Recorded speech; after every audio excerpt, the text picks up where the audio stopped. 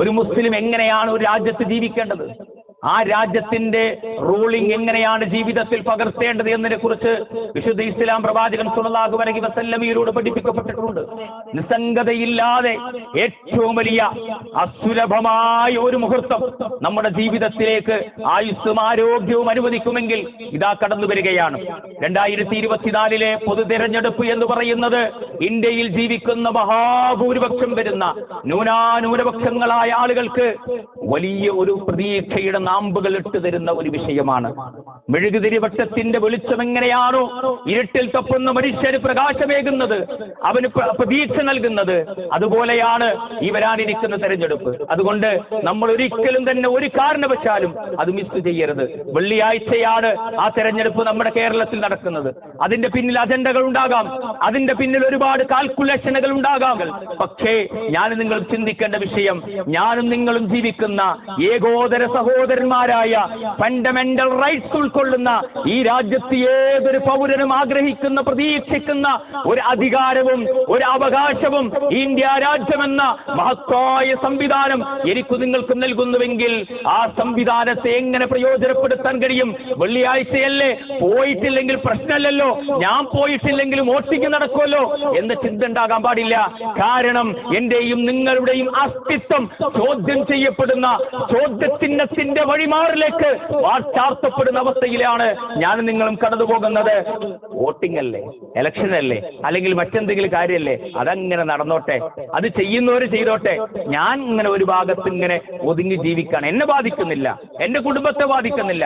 ഞാൻ വീട്ടിൽ വരുന്നു, സുഖമായി കിടന്നുറങ്ങുന്നു, വീട്ടിൽ വരുന്നു, ആവശ്യങ്ങൾ വരുമ്പോ എന്റെ വീട്ടിൽ നിർത്തിയിട്ടിരിക്കുന്ന കാർപോർട്ടിലെ സുന്ദരമായ എയർ കണ്ടീഷൻ ചെയ്ത വാഹനത്തിൽ കയറി ഇഷ്ടമുള്ള സ്ഥലങ്ങളിലേക്ക് ഞാൻ യാത്ര ചെയ്യുന്നു, സന്തോഷിക്കുന്നു, ജീവിതം ആസ്വദിക്കുന്നു. എന്നെ ഇതൊന്നും ബാധിക്കുന്നില്ല എന്ന് ചിന്തിക്കുന്ന ചില ആളുകളുണ്ട്. നിരാശപ്പെട്ട് ഇനി ഞാൻ എന്ത് ചെയ്യും, എനിക്കൊന്നും ചെയ്യാനില്ല, ഒരു വ്യക്തി എന്ന നിലക്ക് എനിക്കൊന്നും ചെയ്യാനില്ല എന്ന് നിരാശപ്പെട്ട് ജീവിക്കുന്ന ആളുകളുണ്ട്. സഹോദരങ്ങളെ, ഈ രണ്ട് വിഭാഗത്തിലും വിശ്വാസികൾ എന്ന നിലക്ക് ഞാനും നിങ്ങൾ ഉൾപ്പെടാൻ പാടില്ല. ആദ്യത്തെ വിഭാഗത്തെ ഗൗരവത്തോടു കൂടിയാണ് അള്ളാഹുവിന്റെ ഹബീബ് സല്ലല്ലാഹു അലൈഹി വസല്ലം പഠിപ്പിച്ചത്. ഏതിലൂടെ രണ്ട് തട്ടുകളുള്ള കപ്പലിൽ വെള്ളമെടുക്കാൻ പോകുന്ന ആളെ പോലെ മുകളിലേക്ക് വെള്ളമെടുക്കാൻ പോകണം. അപ്പൊ ചില ആളുകൾ ചിന്തിച്ച്, എന്തിനാ മുകളിലേക്ക് വെള്ളമെടുക്കാൻ പോകുന്നത്? താഴെ തന്നെ ഇഷ്ടം പോലല്ലേ, കപ്പൽ യാത്ര ചെയ്യുന്ന വെള്ളത്തിലാ, അവിടെ ചെറിയ ഓട്ടുണ്ടാക്കിയാൽ ഇഷ്ടംപോലെ നമുക്ക് വെള്ളം കുടിക്കാം, മുകളിലേക്ക് പോകണ്ട എന്ന് ചിന്തിക്കുന്ന ആളുകൾ വിഡ്ഢികൾ. പിന്നെ ജീവിതത്തിൽ എന്തിനാ നിരാശ? സഹോദരങ്ങളെ, ജീവിതത്തിൽ പ്രതിസന്ധികളും പ്രയാസങ്ങളും ബുദ്ധിമുട്ടുകളും വേദനകളും പരീക്ഷണങ്ങളും ഉണ്ടാകും. അങ്ങനെ ഉണ്ടാകുമ്പോ അള്ളാഹു പഠിപ്പിച്ച നിർഭയത്വമുള്ള ഒരു ജീവിതം കെട്ടിപ്പടുക്കാൻ എനിക്ക് നിങ്ങൾക്കും സാധിക്കുമോ? എങ്കിൽ രക്ഷപ്പെടാനുള്ള മാർഗമുണ്ട്. ആർത്തിരമ്പുന്ന കടലിന്റെ തിരമാലകളിൽ എത്ര വലിയ കലുഷിതമായ സമുദ്രമാണെങ്കിലും ആ സമുദ്രത്തിലൂടെ സഞ്ചരിക്കുന്ന കപ്പലിലെ പ്രതിസന്ധികളെ, പ്രയാസങ്ങളെ, വലിയ വലിയ തിരമാലകളെ വകഞ്ഞു മാറ്റി ആ കപ്പൽ ലക്ഷ്യം വെക്കുന്ന സ്ഥാനത്തേക്ക് സുരക്ഷിതമായി എത്തിക്കുന്ന കപ്പിത്താനുണ്ടല്ലോ, അവനാണ് ജീവിതത്തിൽ വിജയം നേടുന്നവൻ.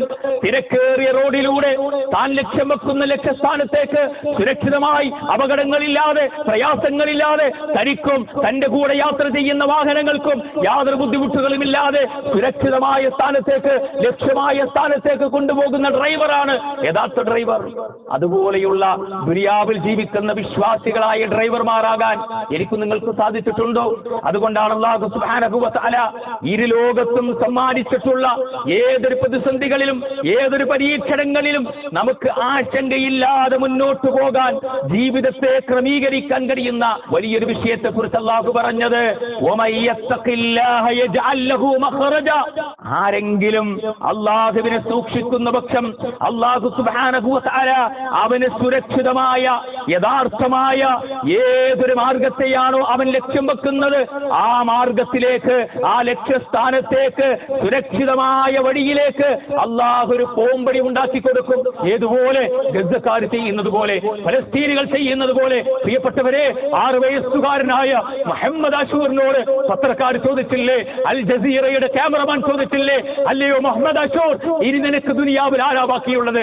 വാപ്പ പോയി, ഉമ്മ പോയി, നിന്റെ ജ്യേഷ്ഠാനിയന്മാർ പോയി, നിന്റെ നിന്റെ കുടുംബക്കാരെല്ലാവരും അക്കാണുന്ന ഭീമാകാരമായ കെട്ടിടത്തിന്റെ അടിയിലായി പോയിട്ടുണ്ട്. ഇനി നിന്നെ താങ്ങാനാരാ, നിന്നെ സഹായിക്കാൻ ആരാ അശൂരെ എന്ന് ചോദിച്ചപ്പോ 6 വയസ്സുകാരനായ മുഹമ്മദ് അശൂർ എന്ന ഗസ്സയുടെ പൊന്നുമോന് പറഞ്ഞത്, വിറക്കുന്ന കൈകളോടെ, ചോര വാർന്നു തുടിക്കുന്ന ശരീരത്തോടെ, മാംസലങ്ങൾ പിച്ച് ചീന്തപ്പെട്ട ശരീരത്തോടെ മുഹമ്മദ് അശൂർ പറഞ്ഞത്, അലല്ലാ അലല്ലാ അലല്ലാ, അല്ലാഹുവിന്റെ പ്രിയപ്പെട്ടവരെ, അല്ലാഹുവിന്റെ പ്രിയപ്പെട്ടവരെ. മഹാനായ മൂസ അലൈഹിസ്സലാം ആർത്തിരമ്മുന്ന ചെങ്കടലിന്റെ തിരമാലയുടെ മുമ്പിൽ നിന്ന് പിന്നിലേക്ക് ഫറോവയുടെ കിങ്കരന്മാരുടെ ആയുധങ്ങൾ പരസ്പരം കൂട്ടിമുട്ടുന്ന ശബ്ദം കേട്ട് നിൽക്കുമ്പോ മഹാനായ മൂസാ നബി അലൈഹിസ്സലാം തന്റെ അനുചരന്മാരോട് പറഞ്ഞില്ലേ, കല്ലാ ഇന്ന മഅയ റബ്ബി, കല്ലാ ഇന്ന മഅയ റബ്ബി സയഹ്ദീൻ.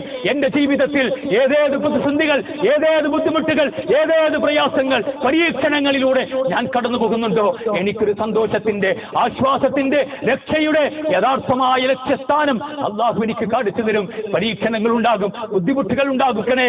നിരാശപ്പെടാതെ നിർഭയത്വത്തോടെ തെക്കുവയോടെ കൈമുതലാക്കിക്കൊണ്ട് അള്ളാഹുവിനോട് പ്രാർത്ഥിക്കുന്ന അഗസ്യക്കാരാണ് എനിക്ക് നിങ്ങൾക്ക് മാതൃക.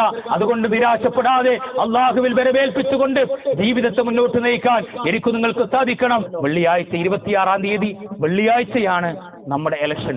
നമുക്ക് വോട്ട് ചെയ്യാനുള്ള അവകാശം. സഹോദരങ്ങളെ, ഒരാൾ പോലും നിസ്സാരമായ കാരണത്തിന്റെ പേരിൽ, ഇനി ഏത് വലിയ കാരണമാണെങ്കിലും ദയവ് ചെയ്ത് മിസ്സാക്കരുത്. കാരണം ഇനി അടുത്ത വർഷം 2028 അല്ലെങ്കിൽ 29 വർഷത്തിൽ പൊതുതെരഞ്ഞെടുപ്പ് വേണോ വേണ്ടേ എന്ന് ആലോചിക്കേണ്ട, തീരുമാനിക്കേണ്ട ഞാനും നിങ്ങളും. അതുകൊണ്ട് എന്ത് ത്യാഗം സൃഷ്ടിച്ചാലും ശരി നമ്മൾ വോട്ട് ചെയ്യണം. അതിന് ഒരിക്കലും മാറി നിൽക്കരുത്. എന്നെ ബാധിക്കുന്ന പ്രശ്നം അല്ല എന്ന് പറയുന്നത് പതുക്കെ നമ്മളെയും ബാധിക്കും.